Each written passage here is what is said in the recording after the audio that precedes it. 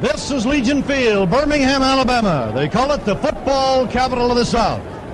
Hi, I'm Merle Harmon with Alex Hawkins, and welcome to the first World Bowl. Well, all the tension, the excitement, the color of a championship ball game is here. And Alex, it should be a great matchup. There's no question about it. This is what both of these teams have been pointing to since June the 3rd of this year, and I don't think they could have picked two more evenly matched teams, Merle. Well, both of them had very tough semifinal games to get here in the first place. Birmingham beat the Hawaiians a week ago in a ball game that ended up in a 22-19 score. And one of the stars, of course, Matthew Reed, another Alfred Jenkins. This combo has pulled Birmingham out time and time again. Reed also a fine running quarterback. He's the backup to George Mara, but he can do it. On the other side of the ledger, well, the Florida Blazers have a great running game, and it's led by Tommy Reamon, who gained 1,576 yards to lead all rushers in the WFL this year. He had great blocking, but Reamon has been a team leader as he was against Memphis. Florida won that game 18-15 after trailing at the half 15-3. Richard James gives Florida the great outside running threat to go along with Reamon, and those two fellows should put on quite a show tonight. Offense and defense, that's two-thirds of the story, and the other third belongs to Alex Hawkins. You betcha. You've left out one important ingredient, and that's the special teams, and that's the thing that is so important to both of these teams. Last week's game, there's the Memphis team who is ahead at the ball game with the Florida Blazers. Time is running out, less than 2 minutes to play, and they need possession of the ball again, and you see Luther Palmer, he's the king of the special teams in this league, and he's done a great job all year. Opportunistic team on special teams, and it's turned it around and made do that same thing tonight. Welcome to Good Seats Still Available, a curious little podcast devoted to exploring what used to be in professional sports. Here's your host, Tim Hanlon. Hello there. Welcome, friends, to the weekly proceedings that we call Good Seats Still Available, our curious little podcast journey into what used to be in professional sports. We are delighted and tickled pink to go back into the World Football League, a treasure trove of intrigue that seems to be newly interesting to lots of people, especially as the Alliance of American Football saddles its way through its first ever season. And the newly reconstituted XFL makes some announcements of their own for their return next season. Spring football is in the air, and we love the idea of going back into time to look at other challenger leagues to the supremacy of the National Football League. And God knows we've got plenty of episodes previously devoted to such. But among our more listened to sets of episodes have been our conversations with the great WFL researcher, Mark Speck. And I urge you all, if you haven't listened to some of the earlier ones that we've done with Mark around some of his other writings around the World Football League, you're in for a treat. And as many of you have discovered, the World Football League continues to confound and become an interesting or evolving curiosity. And we're going to take an opportunity to welcome Mark back to the show after about a year or so. We're going to talk about one of those teams in the World Football League, perhaps one of the most emblematic of all the ill-conceived and just dumb and bad luck and or shenanigans around that league. And the team, of course, was the Florida Blazers that were domiciled in Orlando back in 1974 for barely one season of the WFL.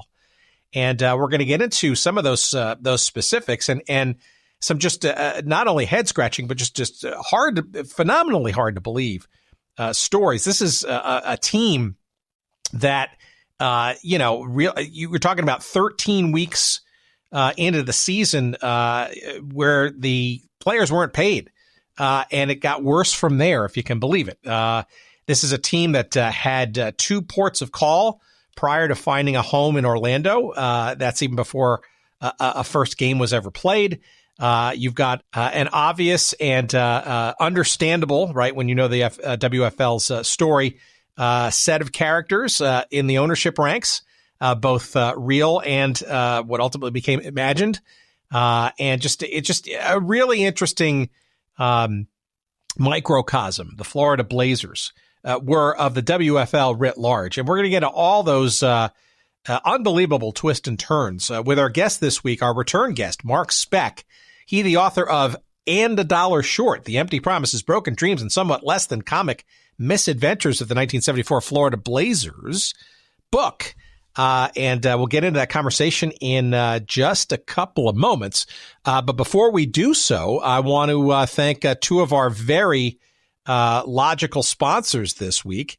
Can't think of more appropriate promotions than these from our friends at oldschoolshirts.com, where you can use the promo code GOODSEATS to get 10% off all of your purchases. And of course, to commemorate this episode, you will find a beautiful blue Florida Blazers logoed T-shirt from the old WFL. It is distressed looking, and it is just beautifully done, as all the Old School Shirts properties are. And it's among the vast array of not only WFL team logo shirts and whatnot, but plenty of old leagues and teams from other leagues and other sports, and as well as things like radio stations and old amusement parks and other sort of local areas of forgotten history, all commemorated in a beautiful, high-quality, crafted T-shirt form. At our friends oldschoolshirts.com, use the promo code GOODSEATS to get 10% off all of your purchases. And you may want to take a look, like I said, at that Florida Blazers beautiful baby blue T-shirt that they've got, and it's very smart looking, and I think you'll absolutely enjoy it. So give them a check out at oldschoolshirts.com and use that promo code GOODSEATS for 10% off all of your purchases. And once you're done there, or maybe even before you go there, check out our logical friends at 503 Sports. That's 503-sports.com. Don't forget the dash in between.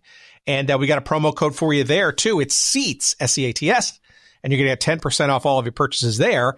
And not only will you find a bunch of World Football League T-shirts and whatnot, including for that of the Florida Blazers, but uniquely, you will find a Florida Blazers WFL jersey. These are custom made in very small batches by our friends at 503 Sports. The original colors and logos. You can get your name embroidered on the back. These are really high quality, authentic recreations of various garb from teams and leagues no longer with us. And the jerseys that they make around forgotten football teams are especially notable. And the WFL is supreme among their custom collection. And if you check it out, the Florida Blazers WFL jersey, it's a beautiful sort of a crimson red with blue and white stripes and lettering and numerals.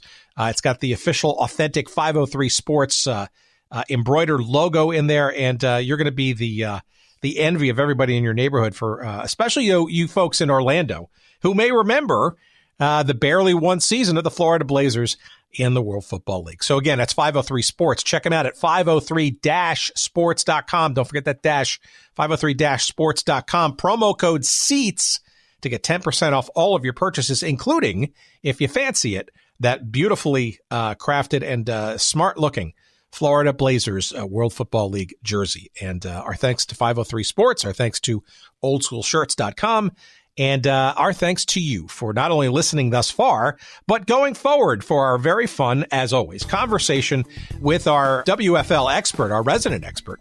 His name is Mark Speck, and here's our conversation that we had just a couple of weeks ago.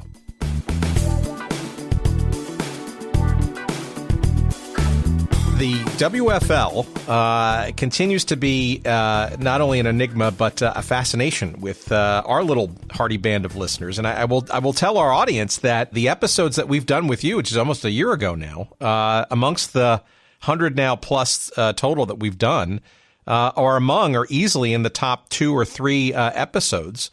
And I think that's obviously because you're a compelling interview, of course. But secondly is this eternal fascination with professional football, maybe aided and abetted by the arrival of 2 yet again new challengers, the AAF and next year's reconstituted XFL. Maybe we could kind of just start, though, with to remind our audience who you are and what you've done in and around the realm of the WFL, because, obviously you're a locus for much information about this 1.5-year-old or only league that continues to fascinate.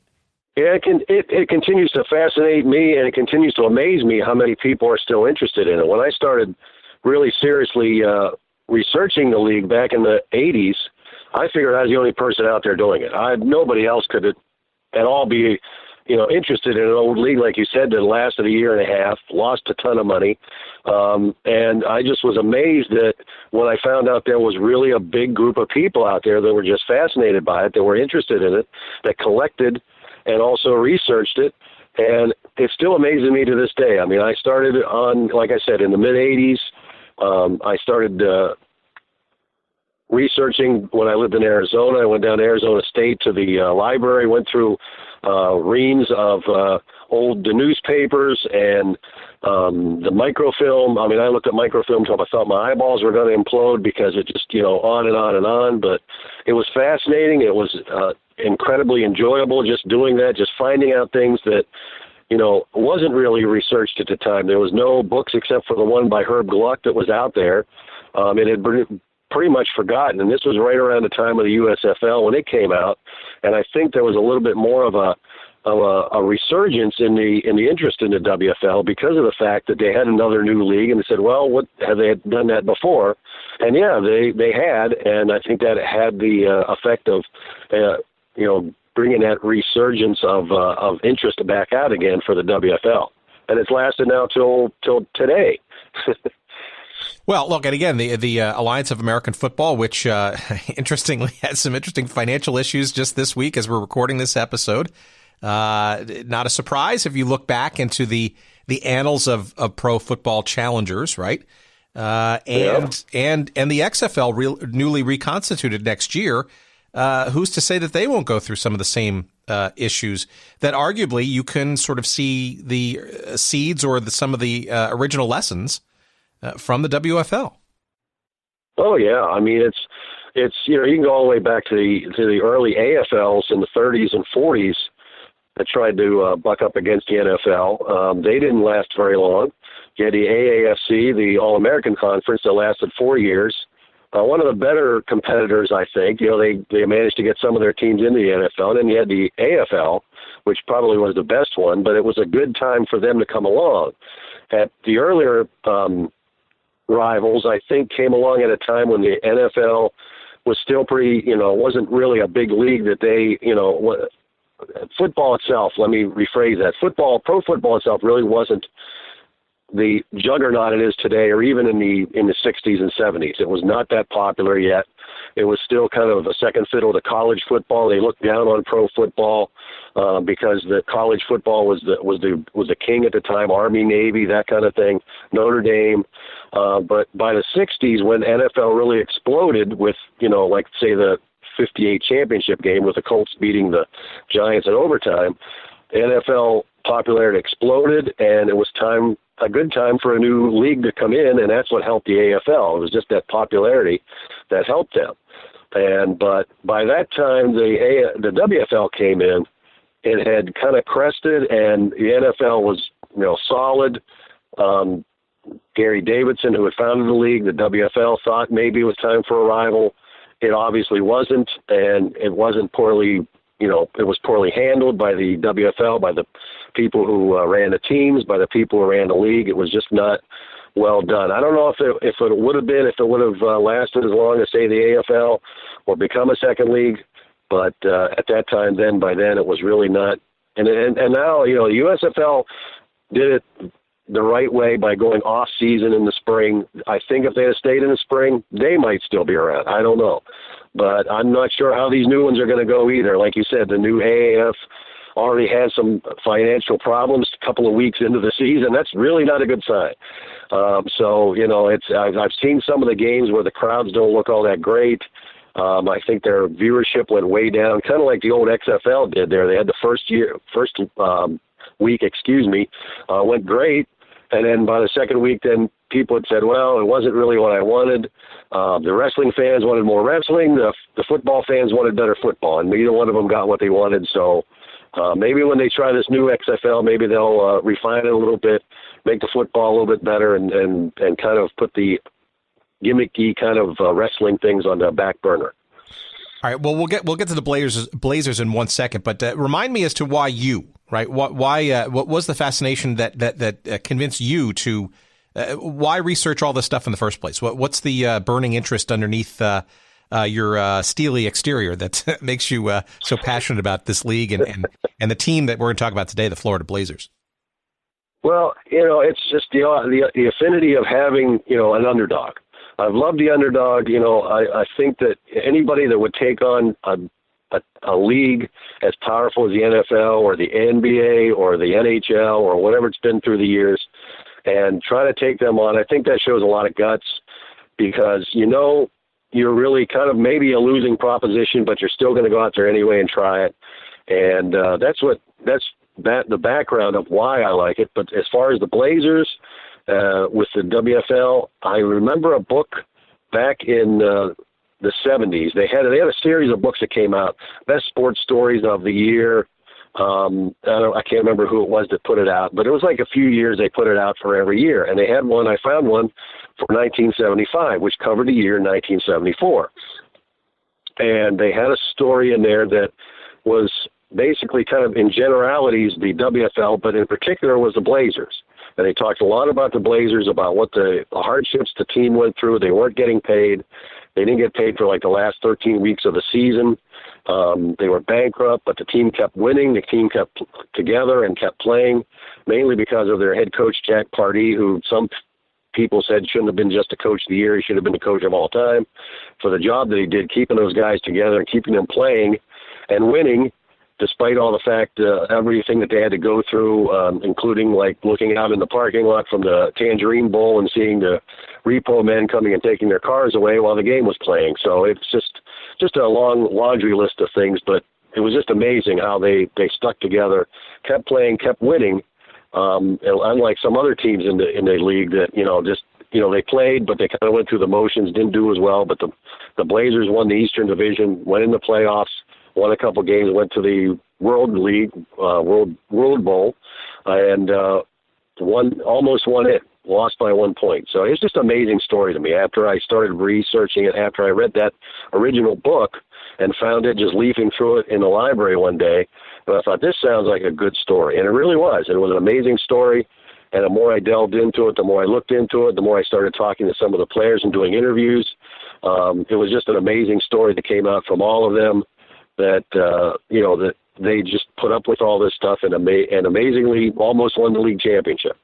All right, well let's dial the story back to the mid to late year of 1973, and I'm going to use this as a little background as a backstop because I have here on my podcast studio desk a book by Gary Davidson that was published in 1974. It's called "Breaking the Game Wide Open." I'm sure you're familiar with it. And yep. Ghost written, I think, with a guy named Bill Libby. And it's there's no way to sort of better to describe it as more of a one-person sort of narrative of the sheer chutzpah of this guy, Gary Davidson, who someday we'll get on this show, hopefully, to hear some first-person stuff. But the book came out just before the WFL launched, right? And this is off the back of his involvement with the ABA and the WHA, where and you read this book, right? It's all like, these are two leagues, the WHA and the ABA are well on their way to success. And when he gets into the latter chapters around how the football league got put together, you hear in the narrative is just hustle after hustle after hustle to get franchises, and I don't want to call them suckers, right? That's more through the lens of history, right? But the idea of getting other people's money to buy franchises in an aspirational idea at best, I guess is how I would characterize it.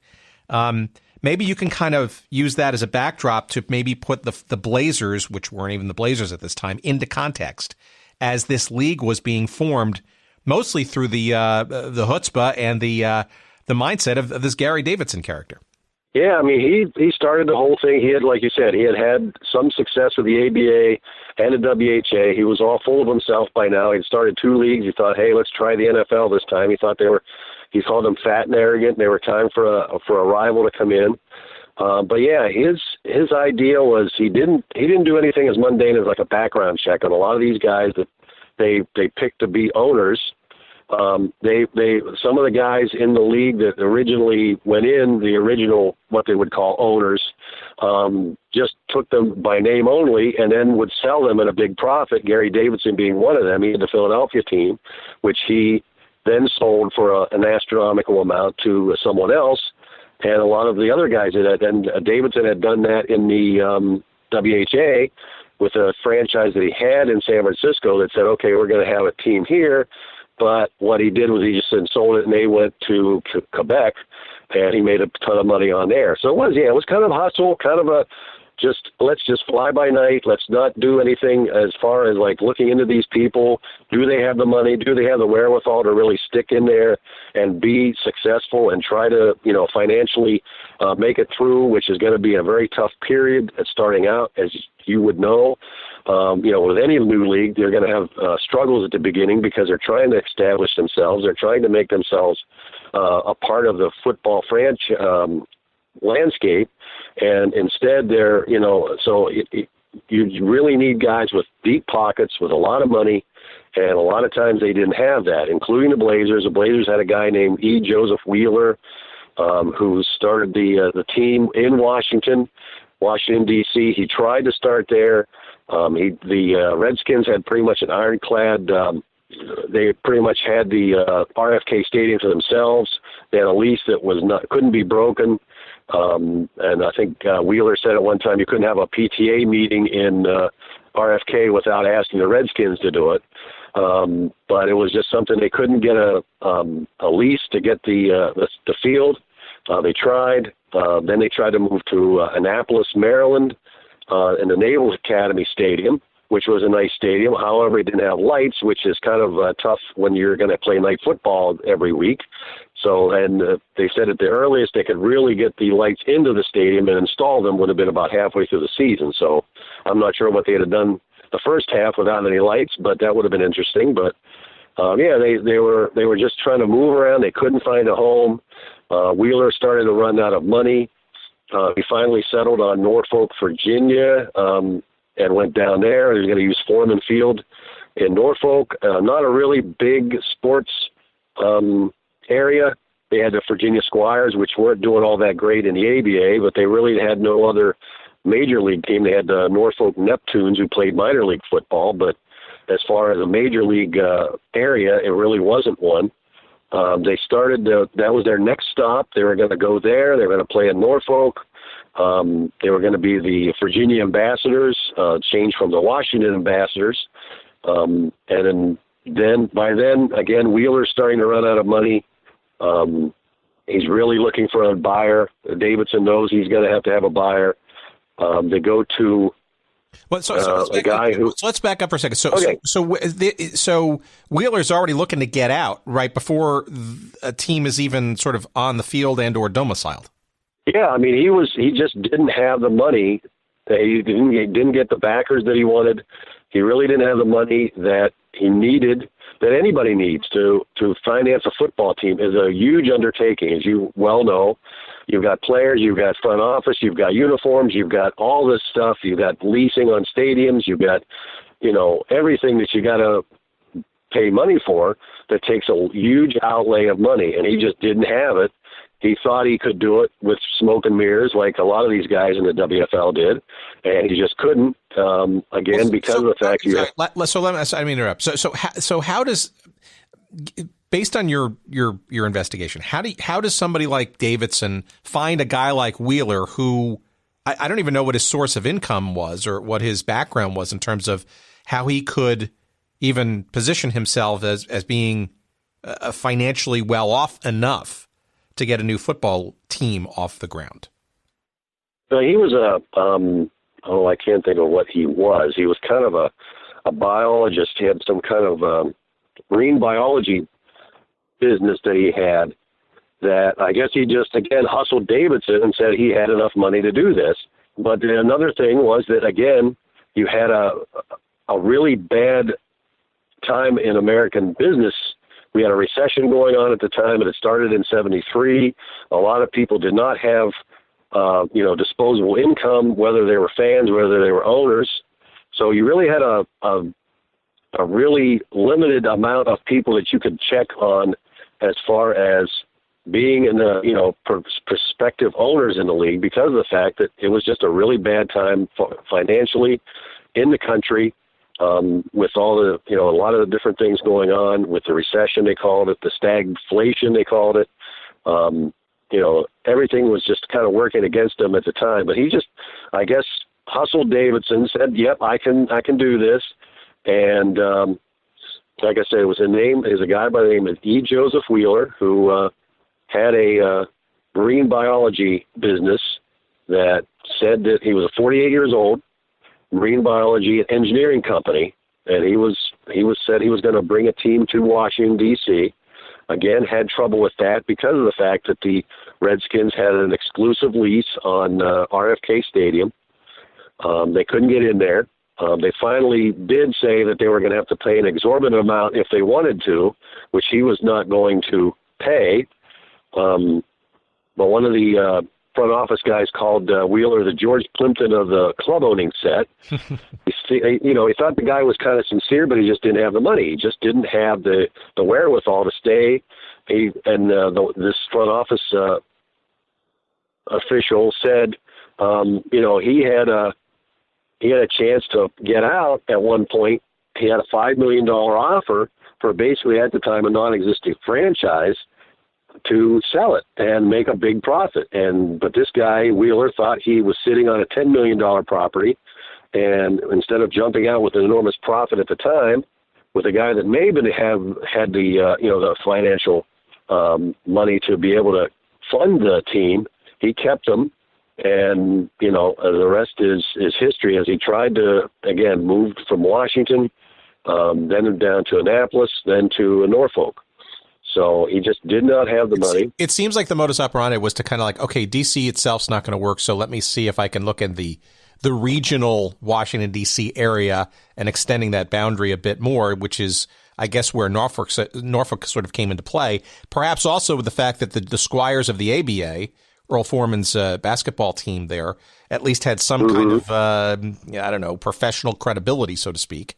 But it didn't work out in Norfolk either, right? I mean, but this is also the time. Well, so, okay, it's really important to sort of set this up, because this is also the time a very crucial player in all of this comes into play. Is this guy Jack Pardee, right? So is this around the time where Jack Pardee is hired as coach? Was he online to be the coach when they were in D.C. as well, or did that not happen until Norfolk, or how and when did he come into the picture, Pardee? Jack Pardee came in right at the end of January. The team was still in Washington. There's a picture of him with Wheeler holding what would have been the prototype Washington Ambassadors helmet, which was white with a football-shaped logo on the side with a big W that had the Capitol building in the background. It kind of looked like the old Washington Senators logo from the 50s and 60s, that type of thing. And, yeah, he was in there, but he was the guy who really added some stability to the franchise. He really got him going in the right direction.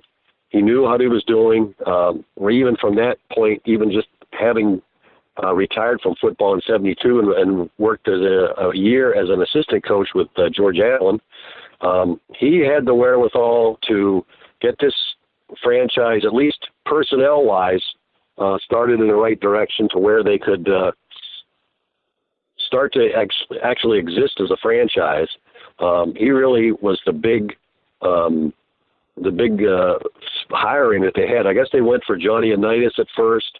Unitas didn't want to get his hands on that train wreck, so he turned them down, and they went to Pardee, which to me was probably the best thing they ever did, was hiring Jack Pardee. He was the one that every player that would tell me or I've read about just said he was the man who kept the team together, and probably was one of the all-time coaching jobs, him, keeping that team competitive and not only together and not only still playing when they could have just said, the heck with this, we're gone, we're out of here, we're not getting paid, we don't want stay around.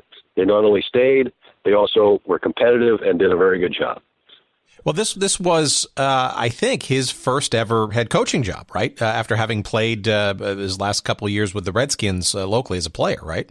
Oh, yeah. This was his first one. Like I said, he had retired in 1972 from playing, and then he went a year coaching with George Allen. He was a very big George Allen disciple, liked a lot of, veteran players. When he went to sign players, he signed a lot of veteran players.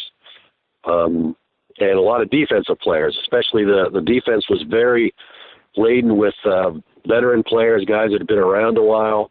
And I think that, him being there, him being the coach and the general manager really, really helped that franchise. If he's not there, I don't even know if it even gets off the ground. All right, so what I'm trying to do is sort of, parallel sort of the on-field buildup of the team under Jack Pardee and the off the field issues around where the hell this team's actually going to start and play. Let's return to Norfolk. What's going on there? It seems like a stadium had been found, but it still seems to figure that it's not going to. It seems to me that not only is the stadium and the market not fully embracing of the chance of a team, but also it seems like there's some cold feet finally in the ownership box. Oh yeah. By this time, everybody knows I think the mayor of Norfolk said this guy he had everything to be an owner except money. That was the only thing he was really lacking was that if he would have been able to, if he had that, everything would have worked out, but it was just the idea that it was one of these smoke and mirror type of guys who came in. The city was happy to see them at first. They had a 24,000-seat stadium. They might have probably filled it. They worked out a great lease with it.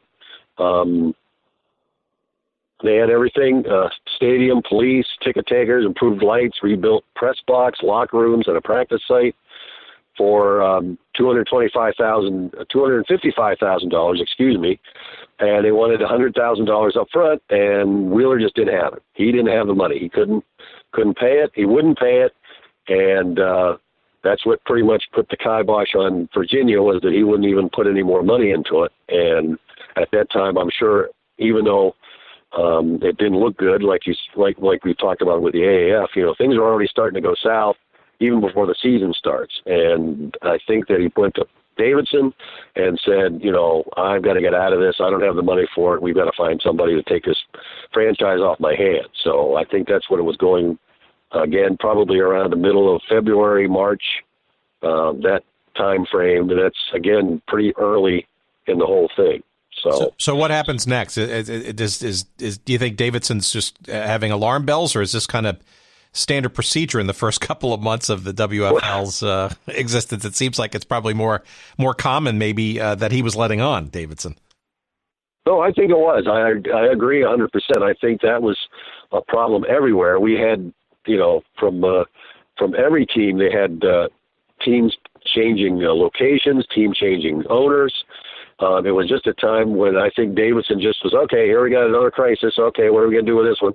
Instead of, the alarm bells, he just said, okay, what do we do here? And when Wheeler said, I got to get out, and this was in early May, he said he was going to finalize it, but he would not do that because he was did not have the money.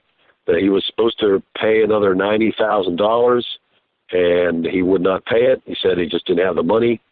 So Davidson and I think it was Davidson that contacted Rommie Loudd, who had been the first African-American member of a front office with the Patriots back in the 60s. And he had tried to get an NFL team for Orlando when they were going to expand. And he had a group that he said wanted to have a team in Orlando, but they picked Tampa and Seattle and passed Orlando by. So he was looking to get a team, said he had the money. So they went to him. He took over the franchise in early May. And by this time, the guys are starting to get into training camp. They're having camp near Norfolk, which is where they were going to have it in the first place anyway. But they were, it's getting to be crunch time now. I mean, you're talking getting into because the season is going to start a little bit earlier than the NFL. They were going to start in early July. So the time was running out. They needed somebody. So he said, I'll take it over, move it to Orlando. They called it, it was going to be the Florida Suns at first, but they had another team, the Southern California Sun, and said, no, you can't call it that because we already have a Sun name. So they changed it to the Florida Blazers at the time. But they had Loudd said he had the Tangerine Bowl, which at the time was not the palatial facility it is now. It's huge now, but at the time it only had about 18,000 seats, which really is probably more minor league than major league at the time. But Loudd said he was going to expand it. He made promises, which he didn't keep, obviously, at the time. So, yeah, I'm going to make, pump money into this, make the Tangerine Bowl a great place. But it just never happened. And it was just the idea that at least Wheeler was out. He had it off his hands. Davidson had solved his problem. So now they could move forward, such as it is with Loudd now at the helm, and the team now in Orlando. So was any profit made on the sale or the transfer of that franchise, or was that just, did it make, was it kind of just making the original Wheeler investment whole, or what? And frankly, where was Rommie Loudd getting this money as well? Because as we'll talk about, he wasn't necessarily a font of funds either. No, he wasn't either. He really wasn't. I don't know if Wheeler ever made an actual profit. I've read some places that did. Some places said he didn't. He just wanted it off his hands. He might have made a small profit, but again, he was another guy doing it with smoke and mirrors. I talked to several of the players I talked to, and I've read stories about what their recollections were. It was just, again, another idea of just saying we've got money, giving the leadership of the WFL the idea that, yes, I've got money and I can run this team, when in actuality they didn't. And unfortunately, this was a thing across the WFL, as we talked about earlier. This wasn't an isolated incident. This wasn't an isolated occurrence. The whole league had problems with this. Again, instead of really checking the owners, the prospective owners, Davidson just said, okay, you say you got the money. All right, we'll go ahead and you can have a team. So it just made things worse, just made things a mess starting out the league and getting it started. Well, it also seems that the Jacksonville franchise owner was not necessarily happy about having a team so close to Jacksonville in Orlando. No, he was not. Fran Monaco was very upset. He had gone in there with the Jacksonville team. He was not happy that they were infringing on his territory. He wanted some money, and they made a settlement where he was supposed to pay him money. I don't know if they ever got it. I think he might have got part of it. I don't think he ever got the full amount. I think it was close to $1 million that he asked for to settle with it. But I don't think Monaco ever got very much of his money. There was a couple of deadlines that came and passed that the money was still not there. Monaco never got it.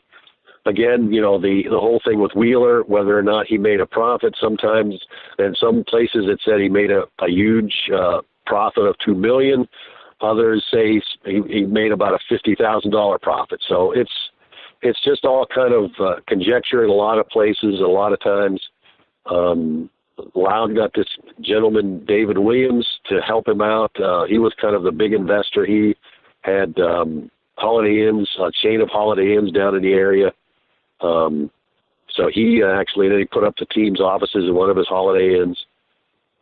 But they just had trouble from the beginning down in Orlando. It just was not going to be any better there than it had been in Washington or Annapolis or Virginia.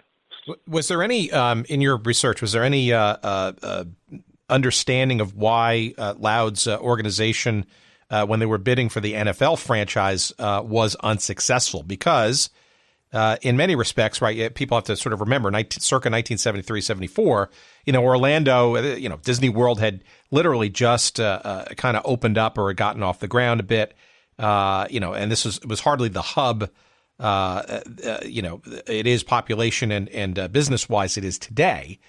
This would have been, had they been successful in the NFL expansion round, and then now having inherited or gotten this WFL franchise, the first true professional franchise in sports in the United States in the Orlando area. Yeah, I really think that they were not impressed with him. They rejected him as an expansion franchise. He made some comments at the time about the area, about possibly he claimed for a long time during the season and even after the season, if there was a lot of racial overtones, that's why he didn't get the NFL team and any WFL team didn't get a real help from the city of Orlando. But he again made promises to the NFL that the NFL just didn't buy into. They didn't think that he had the money. Again, unlike Davidson, the NFL did its homework, looked at him, didn't think that they had enough money to run an NFL team. They didn't have a real good facility. Again, the Tangerine Bowl sat around 18,000 at the time. The NFL's not going to move into a place that has an 18,000 seat stadium. So he, I don't think he really had a chance. I don't think that because of the fact he didn't have a facility, whereas Tampa had their stadium and, Seattle had the Kingdome. You had stadiums there, whereas the, Orlando just didn't have that major league size stadium that the NFL was looking for. And again, he made some, he had some questionable backing. There was, again, they did the background checks. The NFL did, is not like the WFL. They said that some of the people in his group were kind of shady, kind of not on the up and up as far as whether they were, had the money. So he was rejected by the NFL, and then, but Davidson was just kind of desperate at this time because you had a team that had started out, and you needed to get it off Wheeler's hands, and he needed to do anything. And Loudd stepped in and said, "I'll do it." He said, and I guess he just figured anybody is better than nobody. So that's how I got into Orlando. Well, it was also around the time that the local folks in Orlando were working towards building out the Tangerine Bowl into arguably what it's become today, which is, I guess it's now known as the Camping World Stadium. But essentially it is it's been the host of now with the Orlando Citrus Bowl, et cetera. Right. So at least it seems like there was a bit of momentum, right? But it's interesting too, because from what I understand, the actual expansion and upgrading of that stadium, from what you described it, was itself almost a fiasco because construction issues and engineering issues and all that kind of stuff seemed to bedevil this situation, or just around the time the team's coming to play at WFL football. Yeah, I mean, they added some bleachers. They were carrying chairs up to the press box during the first game for people to sit in. They were putting in new goalposts at the day before the game. The guy was putting them in, and one of the team officials said, "How long is your work guaranteed for?" And he goes, "As long as I drive my truck off the premises, that's it." So. You had one of the guys said, "Well, maybe we can prop it up with 2x4s." Unfortunately, he was ignored. But it was just a mess. It really was. They'd had a minor league team for years, the Panthers there.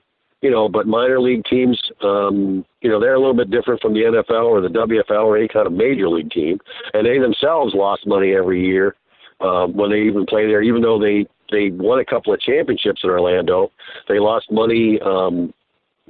Quite a bit of money every year, and they didn't draw that well. They didn't even fill 18,000 seats. So that was, again, a thing that was against them, that, even a minor league team couldn't fill the stadium. But again, Loudd got everybody convinced that he could do it. He could change everything. And like you said earlier, Disney World had just opened. It was a booming kind of an area, but it just didn't have the facility. It didn't have the money. And it was just an idea that, it was a bad idea from the beginning. It just was not going to work, and it didn't. And, again, not doing the background checks and finding out if these owners were really in it for the long run or if they were just kind of shady characters that were just looking to maybe have a franchise and then selling it at a big profit. This stuff continues to fascinate me. All right, so let's dial up the fascination and go back to the other side of the football, shall we say. So we're looking now, I guess, around May 74 or so, and there's, less than 2 months, I guess, until the WFL is getting open, and the team is now domiciled in Orlando, for better or for worse. But take us back to a training camp, and Jack Pardee, team hadn't moved really yet, at least on the field, right? Weren't they still practicing and getting the team ready and drafted, et cetera, still up in Virginia? Is that right? Yeah, I mean, they were signing players when they were still in Virginia. They had again, training camp was opening up. They had Pardee signed a lot of veteran players. He was like George Allen, a disciple of George Allen. Loved the veteran players. They didn't make mistakes, but Pardee had the smarts enough. He wasn't quite the adverse to rookies as Allen was, and he had quite a few rookies there on his team as well, kind of like Tommy Reamon, led the league in rushing. You had Greg Latta, who was a tight end who played for the Bears. After he played at WFL, he was a solid player. You had quite a few guys. The defensive backfield. The defense was a lot of veterans that he had signed. They had Larry Grantham had come out of retirement. He was an original New York Titan. He was kind of like their coach on the field. The defensive backfield had W.K. Hicks, Billy Hayes, a lot of guys who'd been around a lot. He liked the veterans. He had signed a lot of veterans. They, like the other WFL teams, they tried to sign some of these future contract players. They signed Bob Davis, their quarterback, to a future contract. He was playing for the Saints. Their big signing was Bill Berge, who Pardee loved because, again, he was a defensive player, middle linebacker. He said he was kind of an equal to Dick Butkus before his knees went out.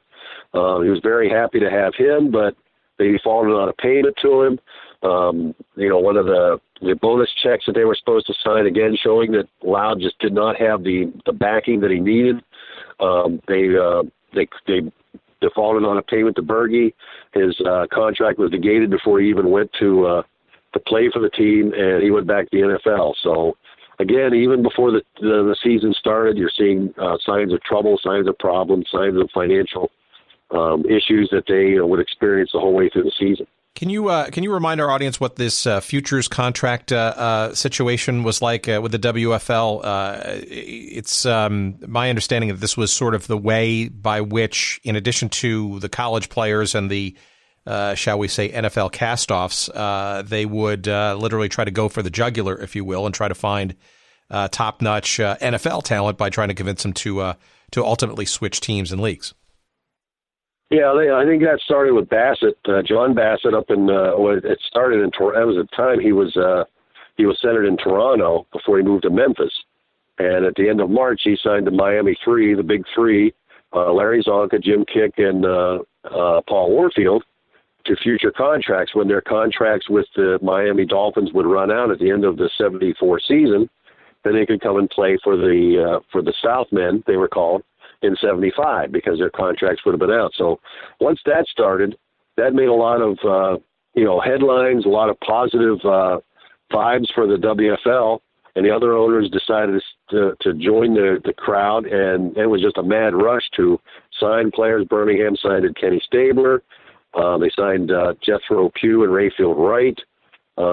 Teams were signing players left and right that to these future contracts, that once their contract ran out, with the NFL team, then they could join their WFL teams. Curly Culp, who wound up in the Hall of Fame, he signed with Southern California. Daryl LaMonica signed with Southern California.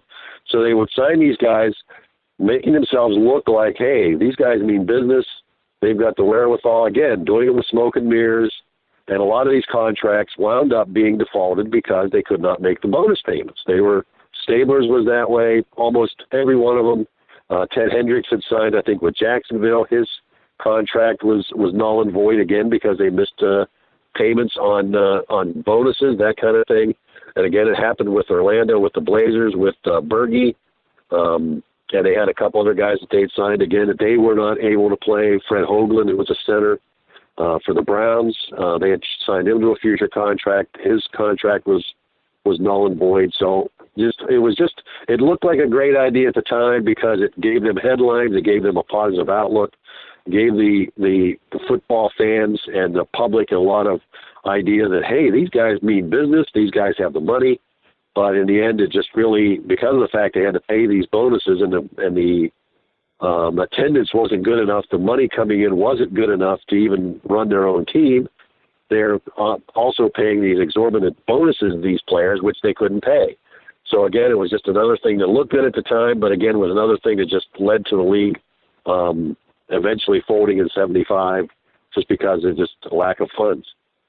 All right, well, let's talk about arguably the star player for the Blazers that was obviously starting to make a name for himself already from the sort of, I guess, the netherlands of the late rounds of the NFL draft, Tommy Reamon.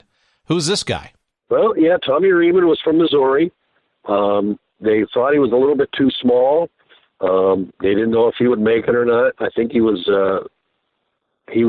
drafted by Pittsburgh, I believe. Pittsburgh they cut him, I believe, at some point in early on. I think he was drafted in 73. I'm not sure, but he was a small guy. He wasn't a very big running back at the time. Big running backs were a little bit more in vogue back then. Fullbacks like Zonka, but he was fast. He was really turned out. He turned himself around. They thought he may have had a questionable attitude. He didn't show any of that in Orlando. He was a top-notch citizen. The poor guy had to eat at McDonald's. They had vouchers for McDonald's. He said, I ate McDonald's 3 times a day the whole time, the whole season. He goes, I'll never eat at a McDonald's again. But he had a good attitude. He loved Pardee. Pardee loved him. The other players going along with him. I'm not sure where he got the reputation for having a bad attitude, but he didn't show any of that in Orlando. He started out the season on the bench, actually. Didn't even start the season as a starter. They had Jim Strong, who was, again, a fullback, as one of them, and A.D. Whitfield, who had played around the NFL, bounced around for quite a few years. Again, that idea of veterans. But Pardee gave him a chance as the season wore on, and he just started running. He never stopped running, and I think it's something like 1,576 yards. He led the league and was just a top-notch player and really helped the team as not only a running back but as a receiver coming out of the backfield, and just really, even though he was a rookie, was kind of one of the leaders of the team. So how does the season start to unfold? Because I think surprisingly, given all the financial instability that we're talking about, the numerous franchise location shifts and ownership changes and all that kind of stuff, the league finally kicks off in July, and in many respects, Florida starts to kind of really start to dominate in their play in the early goings, despite all those distractions. Oddly, no, you're exactly right. Like you said, with the distractions, they didn't get paid for their first game until after they played their second game. So again, that money thing started right at the beginning. Their defense carried them pretty much the whole season. It really started out. They opened the season with 3 wins. Then they lost to Houston, but then they came out and won 3 more games. They beat Chicago, which at the time was one of the hottest team in the league. Everybody thought they were going to lose to them. They beat them 46-21, and a lot of it was a special teams, which again, like George Allen, Pardee was a big special teams guy. He had a special teams coach, but again, at the time, a lot of NFL teams didn't even have special teams coach, but he was very much into that. That was an important part of the game too. They won some games with block kicks, interceptions, run backs. Their kick return guys were great. Rod Foster was a rookie from Harvard, was a great kick returner. They had some other good guys that were could return kicks and did it very well. So they were good on the special teams. They're good on defense. The offense was kind of one of those lunch bucket kind of offenses where they weren't really flashy. I mean, they had Reamon, who was really a good running back. But, Bob Davis was the quarterback. He did get out of his contract with the Saints, and instead of starting in 75, he actually wound up playing for the team in 74. He was a solid veteran. He backed up Namath at the Jets. He'd played with the Saints. He'd bounced around for a while. But he was a solid veteran, had a good arm. He was a good leader. People believed in him, and he was good on the field with the team. So it was a team that they stuck together. They had a good attitude. They had some good leaders on the field, again, like Larry Grantham on defense, Larry Ely, who was another linebacker, Mike McBath, who had played since the 60s with the Bills and a couple other teams. They had these defensive veterans, and not so much on offense. They had quite a few, actually, rookies on offense, which is surprising, again, because Pardee was such a disciple of George Allen. He wouldn't start a rookie if somebody put a gun to his head, I don't think. But Pardee at least believed in some of the rookies and was willing to use them. But yeah, they kept winning. They'd lose a game here or there, and it was very close. The games they lost they didn't get blown out. They lost to Memphis by like 8 points, Birmingham by 1 point, and again 1 point to the which is kind of still embarrassing to some of the players if you ask them. They were the team that the Detroit Wheels won their only game from. So they don't like to look at that kind of as a positive because of the fact it was just that was their only victory of the whole season. But they were a consistent winner. Again, if they lost, it wasn't by much, but they were a very solid team. Very good on defense. Again, just a very workmanlike on offense. It wasn't a flashy offense like some of the teams in the WFL, like the Philadelphia with King Cochran, and some of the other teams that used a lot of different sets and wild offenses. They just basically just ran the ball, passed when they had to, and they found success with it. They were very good at that. All right, so enlighten me and us, our audience, into sort of what's going on with paychecks and the business of the franchise, right? Because it's remarkable how well this team did on the field, given the difficulties it seems that players had in terms of getting paid and or promissories for such. Can you give a little bit more specificity as to who truly was getting paid and not? Because my understanding is that Tommy Reamon in later years even mentioned that, or at least suggested that he didn't get paid at all for the entire season until his co-MVP check came from the league itself. Now, that's curious to me. How do you live for months without getting paid whatsoever, if that's true? But it's clear that some people were getting paid and maybe others were not. Or how is that sort of playing out? Well, some of the guys wanted their money deferred. They had the bonus money that they got. They signed maybe a bonus up front. Reamon was one of those guys. He wanted his money deferred, so he didn't actually get a check. You were right. He didn't get a paycheck, and that's why he was eating McDonald's 3 times a day. And he was using his bonus money to pay rent, and there was quite a few players that did that. But the guys who did, they got paid for about the first 6-7 weeks of the season. The paychecks were, a little bit late here and there, but they did get paid. But then finally they got to a point where it was like the 7th week of the season, and Chuck Beatty, who I talked to and interviewed for the book, said that he went to the bank. The bank looked at his check, went back behind the wall there, and then came back out and then had stamped NFS on it, insufficient funds. He says he still has the check because they just had no money to pay the players. Starting with that 7th game, they had gotten some of their paychecks. Again, some of them had them deferred to the end of the season, which they never got, obviously, because they, didn't have any money.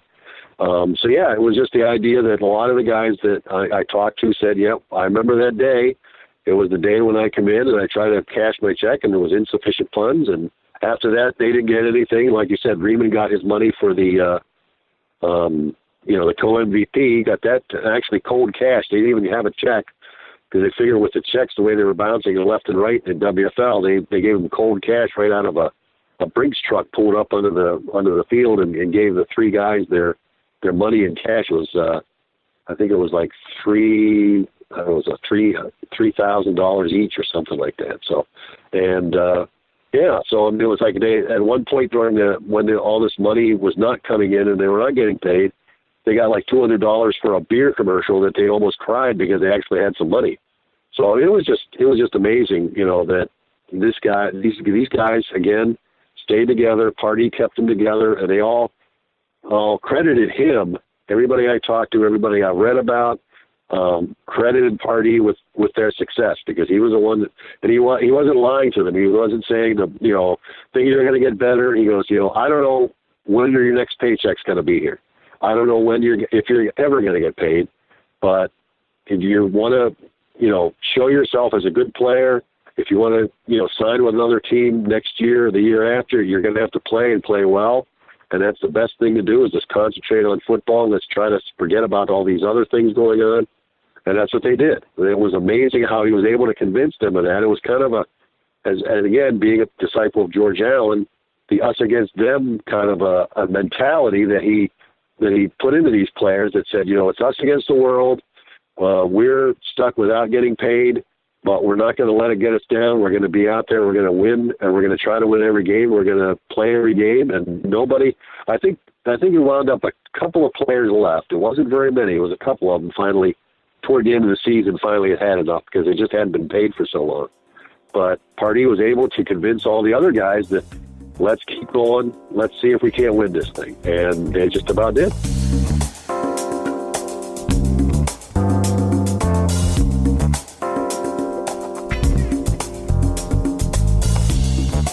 All right, we're going to take a quick, brief pause, and we want to remind you that our friends at Audible are offering to you, our listeners, an opportunity to get a free audiobook download from their amazing array of over 190,000 titles to choose from.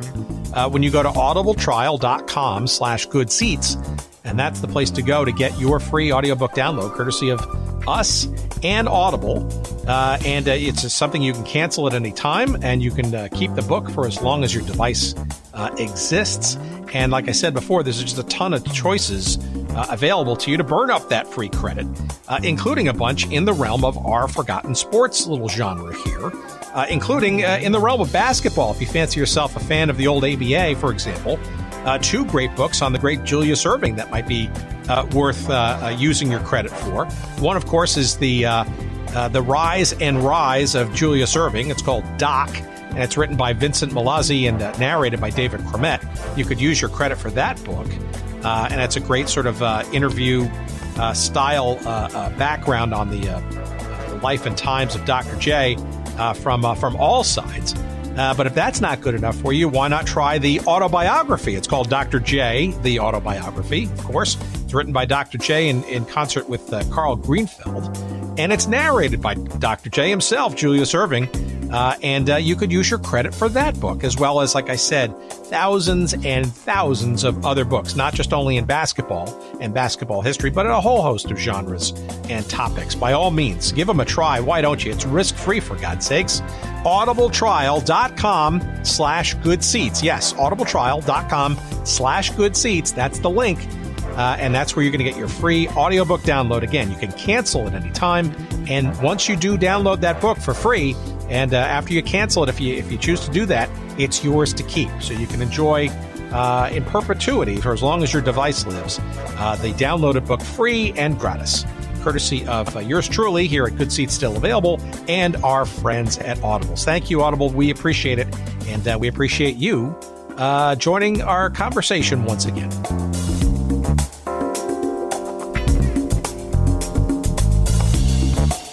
So there's a clip there out on in YouTube land of the World Bowl game, which we'll get to very shortly, that features a clip from just after the Blazers' unexpected, I think, victory over the Memphis Southmen in the semifinals to get them into the World Bowl with a player named Lewis Ross. And it's very emotional. I guess Ross was on the special teams unit and was instrumental in, I think, blocking a kick or something to allow the team to sort of move on. But it feels to me like a lot of his emotion was almost incorporating of all of the off the field stuff and the lack of payment and the camaraderie that Pardee had kind of, instilled and kept together despite all of that. This is a guy to credit with the failed field goal attempt. He blocked it, and looking at the size at you, Lou, I understand why. What was your thought? To harass him or really to block it? Try to block it. That was my biggest goal, trying to block the field goal. Why? I'd like to say one thing. I just want to thank God for this. God, I prayed before the game, and I thought it was a good win for us. All right. Well, Lou, I'm sure you express the sentiments of his teammates. There's no question about it. No, I would agree with you 100% on that. I do believe that just all the emotion coming out. He was the one that they had fallen behind Memphis in that playoff game, 15-0. Bob Davis got hurt. He was their leader all year. The only player they had to replace him was a rookie named Buddy Palazzo, who had hardly played all year. The team just buckled their chin straps, as the old saying goes, and just kept at it.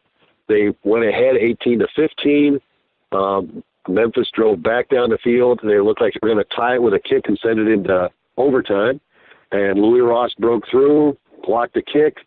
He just started running down the field, and people were mobbing him. And he said that he was wearing a jersey that had holes in it because they couldn't afford to fix the holes in his jersey.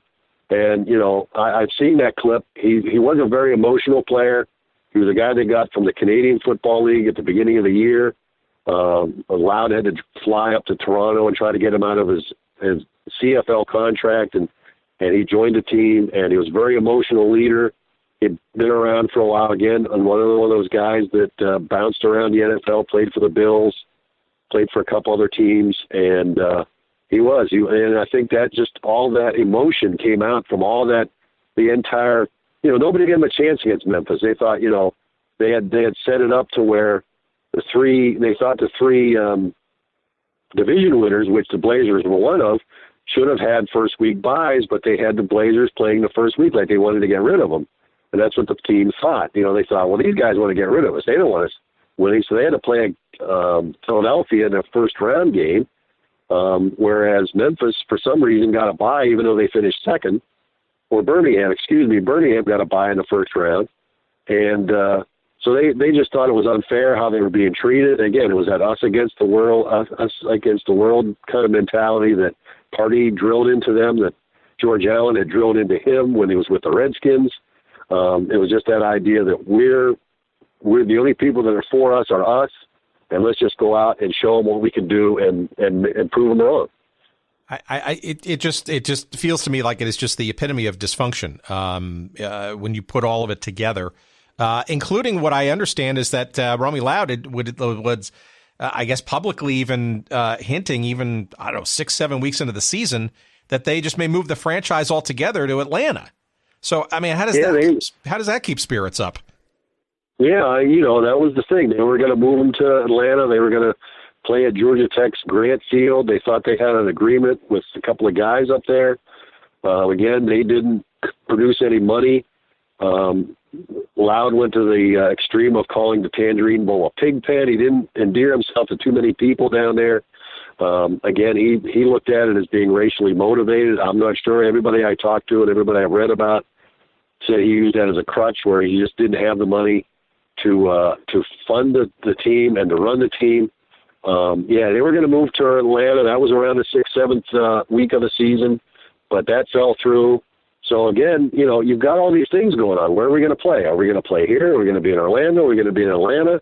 Or are we going to exist? And, that's going to wear on you I look at it myself. Am I going to keep working when I'm not getting paid, no matter where I'm working? And football is a tough game to play for free. It's really a physically demanding sport and a job, whereas, you're working at your job, you're not getting paid for 13 weeks, and you're expected to still be, doing a top-notch job, whereas you can't pay your bills, you can't, buy groceries, whatever it might be. It's just amazing how these guys still hung in there despite all these distractions, was just amazing to me, and it still is. Yeah, I mean, I see various quotes from Pardee basically saying it's very difficult to concentrate on football when you have so many rumors of the franchise moving or not. So what's going on with the ownership group, right? I mean, it's not just Loudd, but it's also his Mr. Holiday Inn guy behind the scenes. And I mean, so how is he keeping this all together? Because it seems like it's just unraveling from the seams. Yeah, I mean, he the players would all say, we never saw the guy. He would show up with a couple of bodyguards, Loudd, I mean. He would show up and try to, buoy their hopes, but he really, they could tell he really wasn't honest with them. David Williams, he was looking to get out, the guy from the Holiday Inn. He kicked them out of the Holiday Inn. Their offices were kicked out of the Holiday Inn. He was backing off of his involvement in the franchise at this time. This was getting toward the latter part of the season, and it was just really falling apart. It was, like you said, dysfunctional from the word go. It really was. It was just a team that just had if it could go wrong, it did go wrong for them. I mean, just everything. Not a day went by that there was some kind of a crisis. There was some kind of a problem going on that they had to deal with.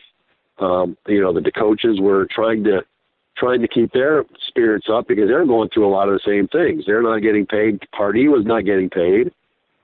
He had some money saved, thank goodness, that he could get through. But he's trying to keep these guys up while on the same time he's going through issues himself because he's not getting paid. His wife, I guess, at one time went to a store to buy some groceries. The manager there saw who it was, followed her home, and grabbed the groceries out of her hand and took them back to the store because he didn't think her check was going to pass and it was going to bounce. So she couldn't even buy groceries there at the local store, because of the fact that they had such a reputation by that time that the team was just not going to make it. The team didn't have any money. Anybody who showed you a check it was going to bounce. It was not going to pass. And there was a guy that said that, he couldn't even get work done on his car because of the fact, people couldn't pay their bills. It was just one, trial and tribulation on top of another. It was just amazing. As again, I went into this and researched it, full time and really looked at it from all these different angles. It was just a mess, but it was just amazing how they did that. Again, there's plenty of stories in the WFL and in any rival league where you've got hardships and you've got problems and you've got issues, where a team may go 4-10 or 5-9, but here's a team that went 13-7, won 13 out of 20 games, won 2 playoff games, and almost won the championship, but not getting paid. Just being there and being for each other and saying, we're just going to do this, we're going to show them. And that's what they did. Yeah, where was the league in all of this, right? It seems like the league was starting to get worried and worse, which I can imagine as stories around, I don't know, I see here the wide receiver Hubie Bryant not being able to pay his paper boy, and Jim Strong having his phone shut off and sending his wife and son back to Houston to live, and meals getting paid for by the booster club. Yeah. Yeah, I mean, it was just the booster club helped them out. Again, a lot of these guys had to go through a lot of problems every day. It seemed like, where they were trying to just live day to day. Mike McBath, I talked to him on the phone, and Mike told me that, again, I mentioned this earlier, that they're playing a game, they're looking out into the parking lot, and the repo man's there taking their cars out of the parking lot. And, you're dealing with that and you're trying to focus on a football game, try to win a football game when I'm not going to have a car when I get out of here. It's like, they went to shave after a game. They couldn't find a razor to shave after a game. It was just, parties buying toilet paper for the locker room. It was just an awful situation almost every day. And the league, they weren't really doing a whole lot. I mean, I don't know what their mindset was at the time. I think that, they probably made some promises to them, like Davidson did to a lot of franchises, said, yeah, okay, I'll have some checks for you. And they didn't really, I think they might have gotten a couple of checks from the league, but it was just nothing a pittance to what they should have been getting, to what they should have been getting, what they should have been paid as professional athletes, and they were just professional in name only. It was not something that they were really professional. They were pretty much either semi-pros or not pros at all. So the league, though, resorted to even suing the team, right? And then there was a counter-suing that it just seemed like it devolved and almost to the. So explain this to me. It seems like Loudd, as the WFL was sort of closing in, almost kind of tried to pass the buck, literally and figuratively, to David Williams, his Holiday Inn backer, for apparently not living up to his promises of funding the team properly. It just seems like it's just a complete nightmare. And frankly, probably spilling over into the press as well at the time. Oh yeah, no, there was stories every day in the Orlando Sentinel about things going on. Again, lawsuits. Williams wanted to back out. He said, "I've had enough. I just don't have the money to do this." They played their last home game in September, and they only played one home game after that because they just weren't drawing. So the league changed all their games to road games to where they could play, maybe get a few bucks at it, like say in Birmingham, which was drawing well, or Memphis, or Charlotte. But a lot of they only played one home game in the last I don't know, about 9 or 10 weeks of the season. All the other ones were shifted to away games so that they could try to make some money. But they weren't. They just weren't getting the money that they needed. Again, a lot of the WFL teams were going through the same thing, and I think the league itself was just overwhelmed by the fact that they had so many problems league-wide. I mean, they couldn't really focus on, say, like one team like the Blazers, if that was the problem spot. They had Detroit, they had Jacksonville, they had, New York. They had all these teams that were having financial problems, and I think they were just overwhelmed. I don't think they expected that. Plus the fact that Davidson admitted that he tried to use some of the tactics they used to, say, the WHA, where they would try to finance some teams, but that didn't work out. They should have just folded some of the teams early on and, drafted their players and that kind of thing, instead of trying to fund the teams. And it just got to be a domino effect to where almost every team was suffering at the gate, suffering on the field. And it wasn't the fact that, like I said, the Blazers were an isolated occurrence. It wasn't like, okay, we got the Blazers here, but the rest of the teams are doing well. Let's focus on the Blazers and try to prop them up. They had problems everywhere. And it was just, I think they just got overwhelmed at some point to where they said, probably just threw up their hands and said, let's just try to make it through the season as best we can at that point. All right. As we sort of round the corner here, who's this Bob Prentice guy? Because it seems that a guy is coming in with a salvation plan come October. I don't know, who knows where this guy and his group sort of come into play, but apparently on one of the national television broadcasts, he's flashing a $1.5 million check that he's serious, I guess. It seems to me that there was it's not only sort of to save the team, but also, I guess, to be part of the renovations and or the upgrading of this Tangerine Bowl stadium, which we sort of hinted at earlier. Yeah, I mean, this guy, Bob Prentice, shows up. It's right before the Philadelphia game where they're going to play the bell in the playoffs. Loudd had been looking for investors for months. He made all these promises he couldn't keep. Then they announced this guy, Bob Prentice. He showed up at halftime of the playoff game with the bell. They had like you said, they had a TV conference live where this guy waving a check saying, "Hey," he was a Cocoa Beach banking investor who was going to help out with the Blazers because his kids like football. He was ready to pump $4 million into the team. He had some investors behind him, some guys from Cocoa Beach, some folks from the area. And he presented this check for $1.5 million to the general counsel, Bob Deutsch, or the Blazers on TV to pay off the debts and to pay off the 13 weeks of back pay. It was drawn on a corporation called TW Limited of Nashville. But when they went up after the Blazers had won that game, Deutsch went up to Nashville. Prentice said he all of a sudden got cold feet. He didn't want to. He was wondering whether or not he wanted to invest. Suddenly they started looking into it. Again, yet another person who said he had money and he didn't, and he just did not have again, that money that he was promised was just empty promises again to this team that they got. They heard and had been hearing for months that yes, things are going to turn around. Here's another, silver lining in the clouds that's going to come along, just like any that we've been promised you for months. And again, Prentice was another one who was just another Shylock, another kind of a shyster, kind of I've got this. They became, questions were being raised by the WFL Board of Governors. They began to grow suspicious of him and began asking questions, and he didn't have the answers, and if they did, he was the wrong answers. So he balked at closing the deal. He held up the procedures, would not, let his money go all of a sudden. So again, it was just another empty promise. So Deutsch spent the whole week up at the Nashville bank trying to get the deal to go through, but it never did.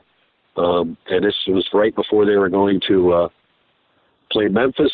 And as Matt Maslowski said, we don't care about the money anymore. We're proud of ourselves and our coaches, and we're just going to do what we can to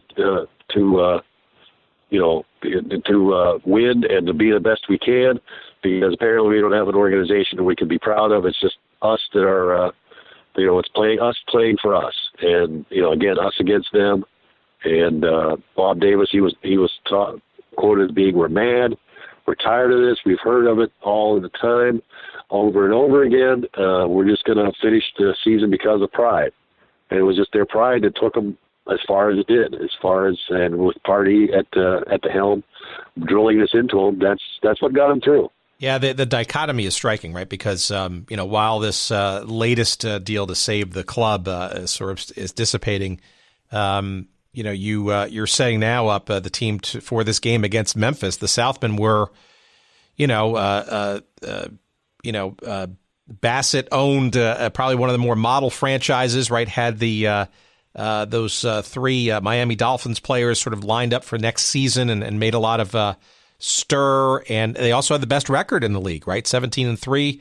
They were favored basically to win the World Bowl. And it seems like the league probably wanted to see them succeed and be sort of the shining example of what could and was going right with the league. Not that there was a whole lot.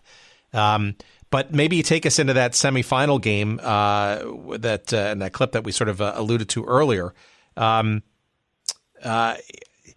Incredible, right? That the Blazers would emerge victorious at Memphis against the best team in the league, and despite all these financial difficulties.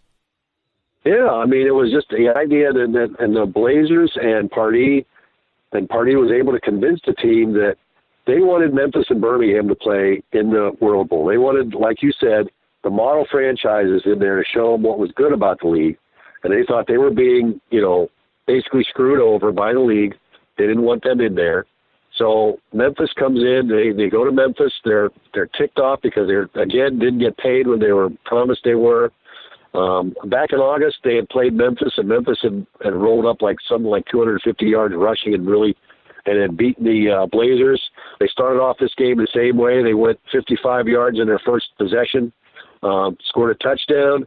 They got their second possession. This time they went 74 yards in 4 plays and went up 15-0. And there's still 5 minutes left in the first quarter. It looked like they were just going to blow them out. But again, Bob Davis got hurt. And again, that even made things look worse. They'd already been outgained 232 yards to 91. Paul Villano, who was a defensive tackle, one of their top players, broke his arm. And then Bob Davis got hurt. Reamon wasn't doing very well. He had an off first half. So again, they had this long-haired rookie from Southern Miss, Buddy Palazzo, who had spent 7 weeks on the taxi squad and had attempted 5 passes all year. He hadn't played in 73. He was going to try out with the Saints in 74, but then he got signed by the Blazers. So here they come down. They're down 15-0. It's kind of like, I like to look at it as kind of like art imitating life, is when they made the movie The Best of Times, when Kurt Russell's team is down at the half to their big rival when they come back in the rain. It started to rain, which negated some of the speed of Memphis. It started to rain in the game. And you've got the Blazers, who are more of a plotting team, kind of like, just run it straight at them. That really worked to their advantage. They started to get control of the game. They were outplayed, in the first half, but then their defense started playing better. The ground game started picking up. Tommy Reamon started moving. As Larry Ely said, he was running like he was possessed. And they just started to come back. Their defense tightened up. They started holding Memphis. But they were still down. But then, like I said, Palazzo led the team back. They just pulled together like they had all year. And with very little time left, they went ahead 18-15 when Richard James swept around right end from 4 yards out to put the team up. And then it was a little over a minute left. Memphis still could tie it, so they drove down the field from their 43 to the 24. They're out of timeouts, but they had one of their players fake an injury, which I remember that happening quite a bit back in the NFL back in the day. I think they made that illegal after at some point, but a player could fake an injury to stop the clock. So they stopped the clock with 7 seconds left, and they were going to try a field goal. Bob Etter, who had played for the Falcons and a couple other NFL teams, went to kick the ball, and again, it was Louis Ross who broke in, got his arms up, blocked the kick just as the gun sounded, and once again they had, as Larry Ely said, we beat Memphis, the World Football League, and the refs here tonight, and we beat their money. Anybody, Hubie Bryant said it's the first time a few times in the history that anybody's beaten the system. And Bob Davis said we messed up the entire NFL. They were trying to get rid of us all season, but they can't. And they still had.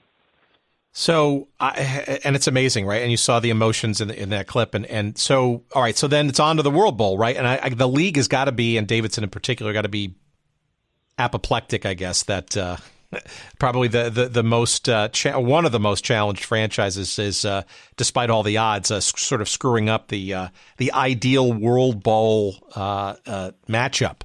Right.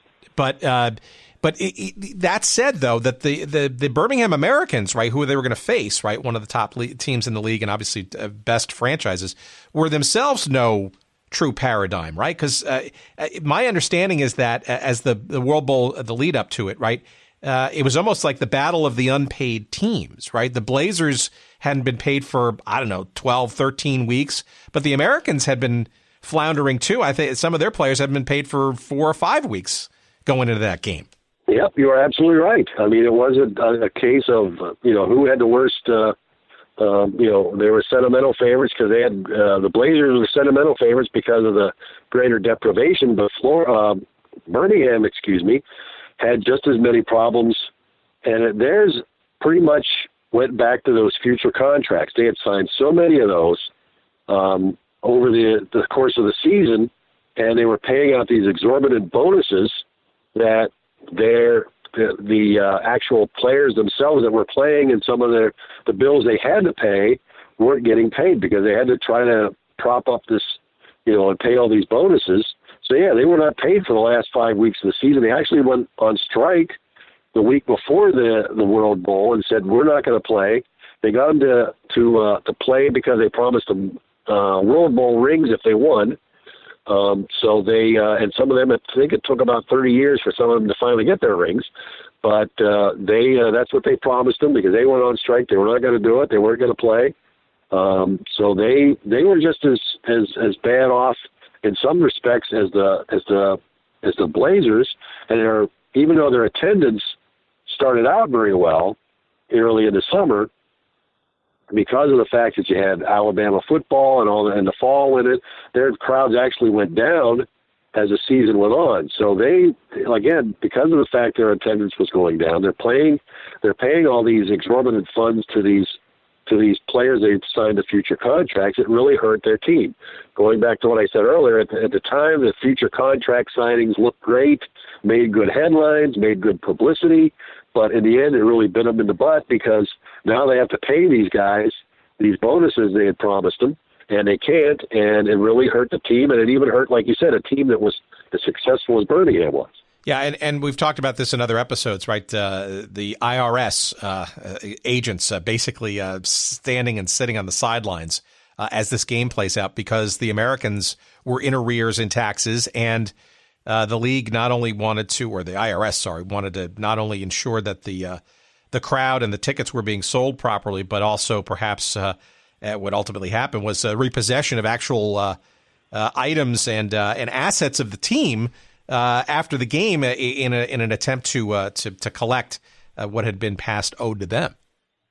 Yeah, I mean, it was the IRS said, okay, we'll let you play the game, but we're going to get a certain cut of the receipts. And yeah, they were in the locker room as the Americans. They won the game 22-21. They were celebrating their victory, and the IRS agents are confiscating their helmets, their jerseys, and there was stories that guys were passing their stuff out to their wives out through the window so they could at least keep it as like a collectible, as a keepsake. But they were getting their their uniforms repossessed right there in the locker room when they're celebrating winning the championship. So it was just one bad story after another. Even when they should be celebrating the league, when they should be celebrating the success of the league, that here's a team that won the championship, they have to deal with the fact that their uniforms are being repossessed in the locker room when they're celebrating their championship. So again, it was just that idea of bad publicity, bad news, just every day, every newspaper you read, every story. And again, a lot of that, I would say, goes back to the NFL. They weren't going to help them anyway because it's a rival league, and a lot of the newspapers, probably had been covering the NFL. They don't want this team to look good, so it could have been a little bit on that way that they really emphasized a lot of this negativity. But that a lot of it was justified. They just had a lot of negative news, a lot of negative aspects of the league that really made playing for the team and playing for the league hard and difficult.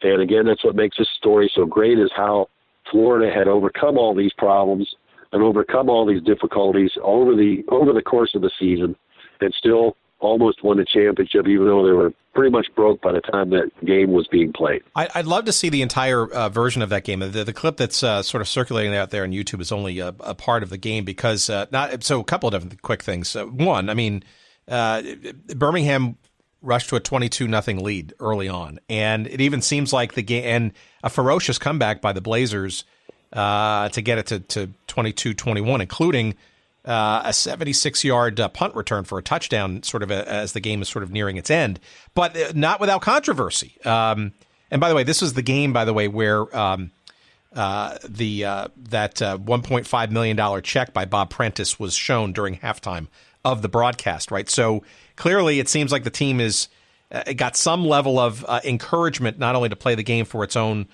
for their own pride and their own team members, but also the fact that there's actually a glimmer of hope that this franchise will live on, given the entreaty of Prentice and friends with his check. But the controversy, though, on the field was Tommy Reamon scored a touchdown apparently in the first quarter that was nullified, and it looks like the television replay shows that he should have been in the end zone to actually have given Florida its first score, but in turn it turned into a touchback. And arguably, if that touchdown had been awarded in the Blazers' favor, we'd be talking about the ultimate capstone of a crazy season, with Florida being the champions, not Birmingham.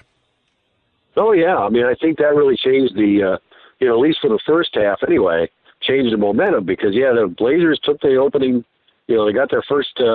They won the toss, elected to receive. They drove 51 yards, all of it on the ground. Again, they had that kind of a grinding out offense. It wasn't a fancy offense.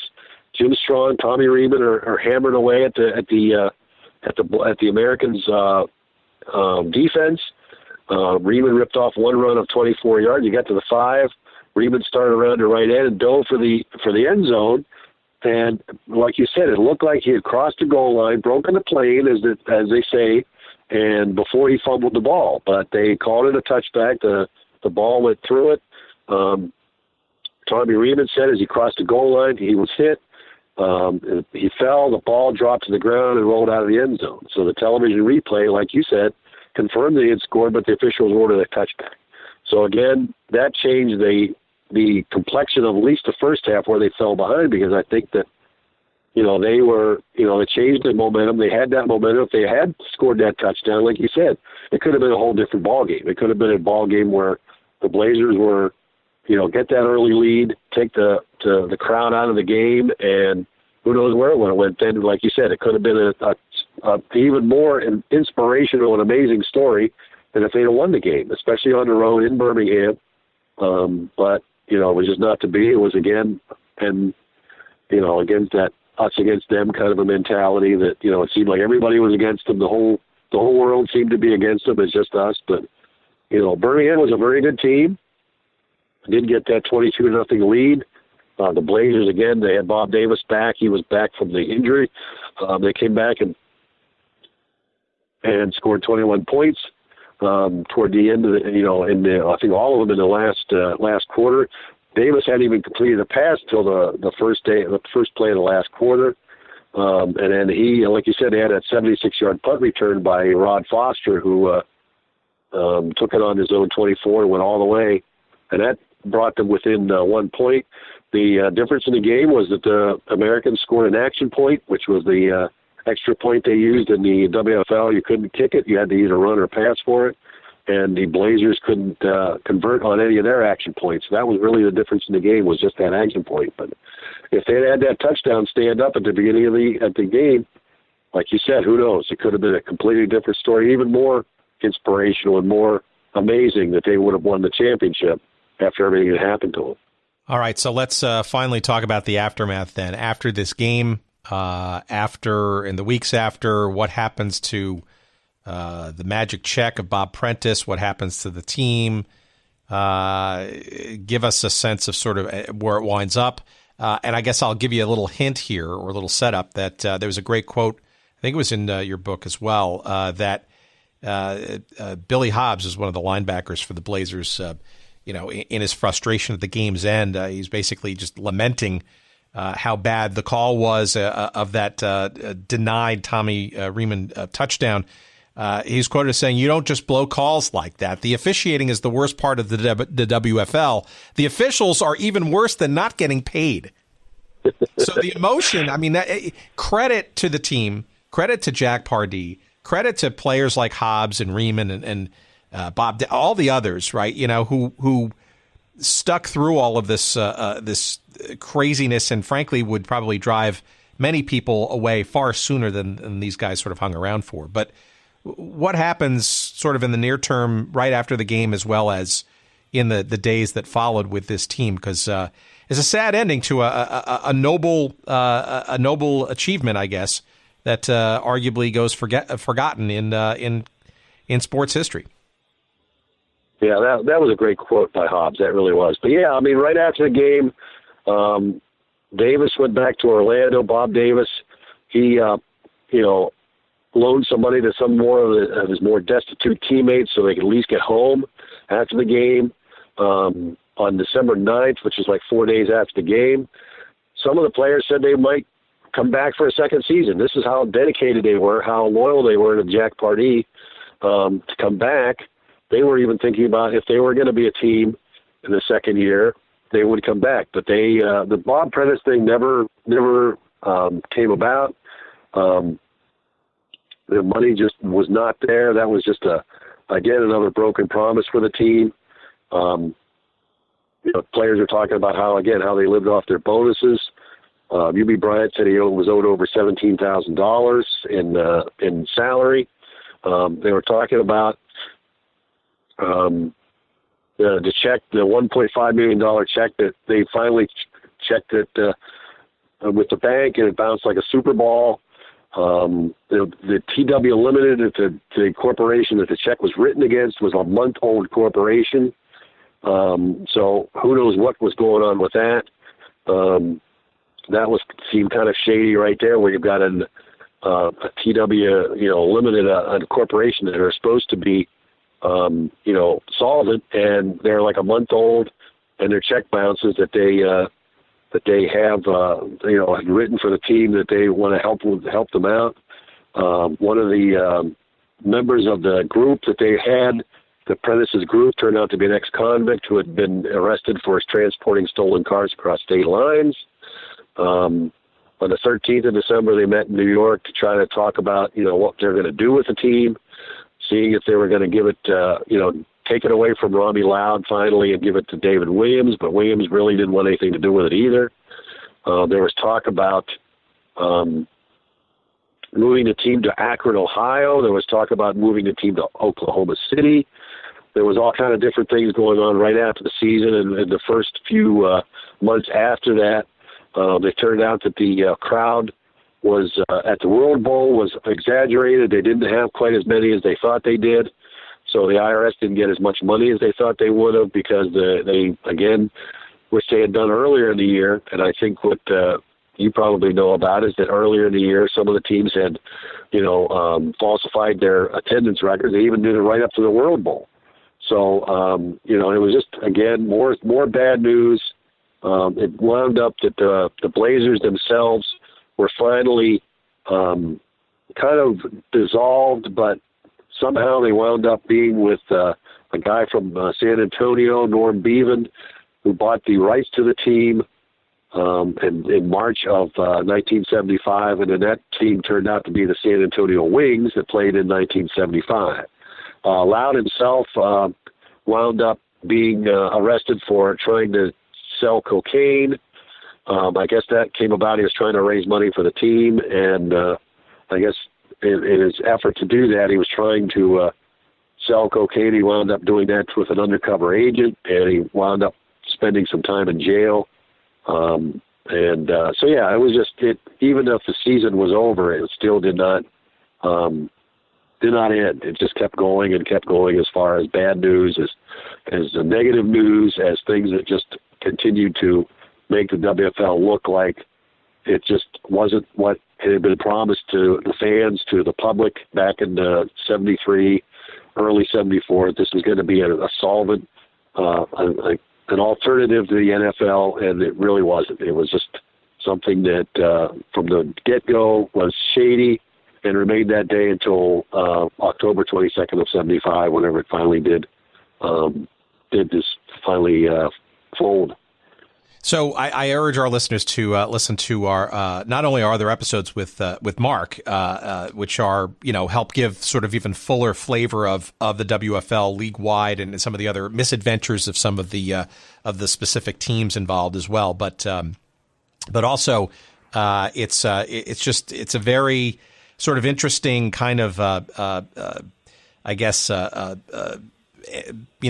bookmark, I guess, around the perils of being a challenger league in established sports, and the road to sports success is littered with many sort of dead bodies and promises. What do you suspect? Did you ever? Here's the other question. Did you ever talk to Jack Pardee as part of your interviewing and sort of get a sense of where his head was at with his players and what sort of kept him so in the game, so to speak, and dedicated? I did not. I wish I would have. I talked to quite a few of the players. He was not one of them I got a chance to talk to. I wish I had. He was just one of these guys. He was very stable. A guy who really looked out for his players. He had been a player himself. He knew what it was like on that side of the field. I think he was just one of these guys that, he commanded respect. He commanded loyalty just by his nature, by his the way he carried himself, the way he was, the way he did things. He was honest. Like I said earlier, he didn't try to make promises to the team that this was going to happen, this was going to happen. He said, I don't know when you're going to get paid, but let's keep playing and let's do the best we can and let's get there. And, you may be able to get signed by another team, maybe even in the NFL next year or the year after. So let's play as well as we can and keep going and keep playing for ourselves if nobody else. And that's what they did. It was just an amazing story from him. He just seemed like a I mean, everybody I talked to and everybody I've read about, that was the guy who was given all the credit for the team, for the success of the team. That if it hadn't been for him, if they had had a coach that maybe wasn't quite as stable, as maybe even experienced in the NFL and in pro football and how pro football works, maybe hired a college coach, who knows, it may not have been the same way. They might have collapsed after a few weeks. But I think having Pardee there, like I said, I wish I would have been able to talk to Coach before, as part of the book. But he just seemed like a straight guy, one of those guys that you look to when you're having problems, that you know you can count on. The players knew they could count on him, and they were loyal to him. They respected him. They said, we are just going to keep playing for him, and we're going to play for ourselves. And it was just an amazing story. To me, it was just still amazing me to this day. Well, and I think too, and in your afterlife section of the And a Dollar Short book, right, you get into some of what happened to some of the players and the various players, people involved. And Pardee obviously used it very much as a springboard. It was not a fluke. His ability to coach and obviously maybe have the team overperform, shall we say, given all the sort of background circumstances. But I think the saddest thing in all of that, especially in the afterlife section, is what happened to Rommie Loudd. It seems like a very convoluted story, and I'm sure there's a lot more there. But basically wound up in prison for drug possession and the like, and it just seems like a real sort of sad ending to what could have been a very a more uplifting story, I guess, at the end of the day with Loudd. Yeah, no, I mean, you're right. I mean, he had his supporters there in Orlando. He had his supporters elsewhere. I mean, I've heard from them and talked to them and read about them that, yes, he wasn't completely an island there where everybody didn't like him. He had his supporters.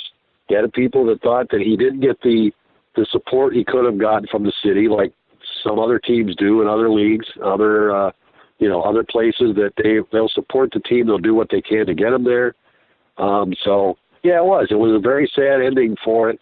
But for a man who wanted to, he was the first, you got to remember that he was one of the first black owners in professional sports. I mean, right after Detroit, they started the season with him, with a multiracial group of owners. But, Loudd was right there in the forefront. And, that part of it can't be put aside and not talked about, is the fact that here was a man, he had plenty of people in the front office who are African American. That, this is part of the story too, that, it was just the idea that things just didn't work out. But, the WFL, if nothing else, I think was a little bit more ahead of the NFL as far as minority ownership, minority coaches, minority assistant coaches. I really think that part of the story should be told as well as the negatives. And there was a lot of stuff that came out of the WFL that, the NFL went to the conversion, the extra point. It took quite a few years, but they did. And, they've gone into, markets where the WFL was at the time, like Charlotte. And then they moved teams and had teams there, Jacksonville. So, you've got to look at some of the positives too. And it's sad the way it ended. It's sad the way the season ended and the league itself ended the next year. But, some of the positives should be talked about as well, should not be forgotten, just as the inspirational stories of players, playing for themselves, not getting paid. There's also some of the things that the NFL finally took. They moved their goalposts up, back to the back of the end zone after the WFL did. So the NFL was reacting to some of the stuff that they did to make their game better, just because of WFL. So some of that should be should be mentioned, should be part of the story as well as the negatives.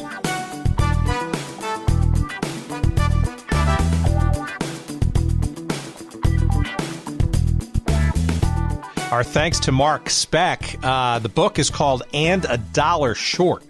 The Empty Promises, Broken Dreams, and Somewhat-Less-Than-Comic Misadventures of the 1974 Florida Blazers. And it's a wacky story. There's a lot more detail that this book goes into. The book, And a Dollar Short, is published by our friends at St. Johann Press. It is available wherever fine books are found. And you can find this book as well as Mark's other books as referenced, as well as discussed on other episodes, by the way. All of that stuff can be found, and links, obviously, to these books, including this one about the Blazers, at goodseatsstillavailable.com. Yep, that's it. That's the website. You're going to find everything you need to know about this little silly show. At goodseatsstillavailable.com, just search up this episode, or you can use our little search bar in there. You can type in WFL or Mark Speck or anything that that tickles your fancy around our little genre of forgotten sports history. It's all there for you in our 100-plus episodes and plenty more to come.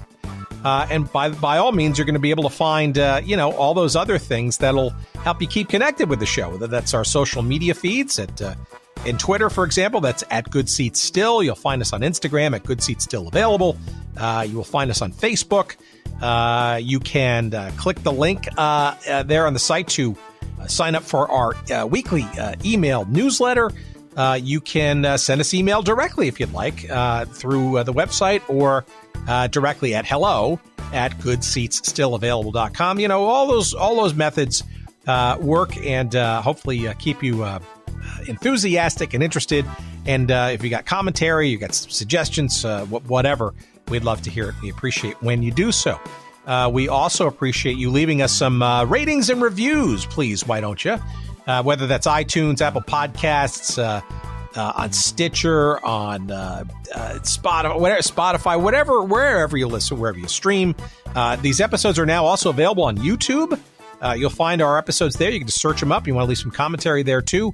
But by all means, please leave us some kind and helpful and very high and many-starred reviews because that's how people find out about the show.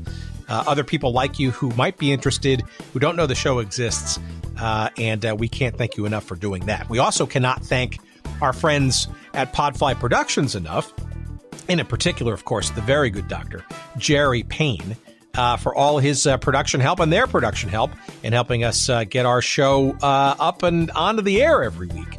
And we thank them tremendously. If you're interested in finding out more about their services, by all means, check them out at, wait for it, podfly.net. Yep, podfly.net. And that's our friends at Podfly Productions. Okay, we're done for this week. We appreciate your listening. And until next week, we hope you have a great one. Take care. Bye-bye.